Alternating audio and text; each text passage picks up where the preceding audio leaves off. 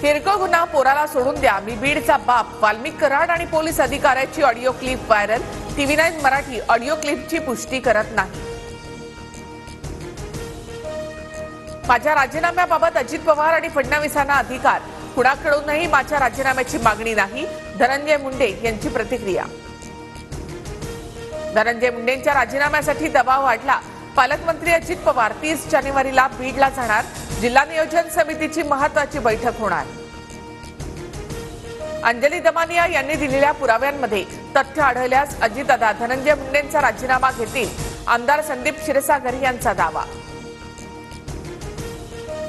आज मुख्यमंत्र्यांशी चर्चा केल्यानंतर अजित पवार धनंजय मुंडे यांच्याबाबत निर्णय घेणार. अंजली दमानियांकडून धनंजय मुंडेंच्या विरोधातील पुरावे काल अजित पवार यांच्याकडे सुपूर्द. मंत्री धनंजय मुंडे 2 दिवस दिल्ली दौऱ्यावर. आज रात्री दिल्लीमध्ये दाखल होतील. 2 दिवस दिल्लीमधल्या बैठकांना मुंडे उपस्थित राहणार.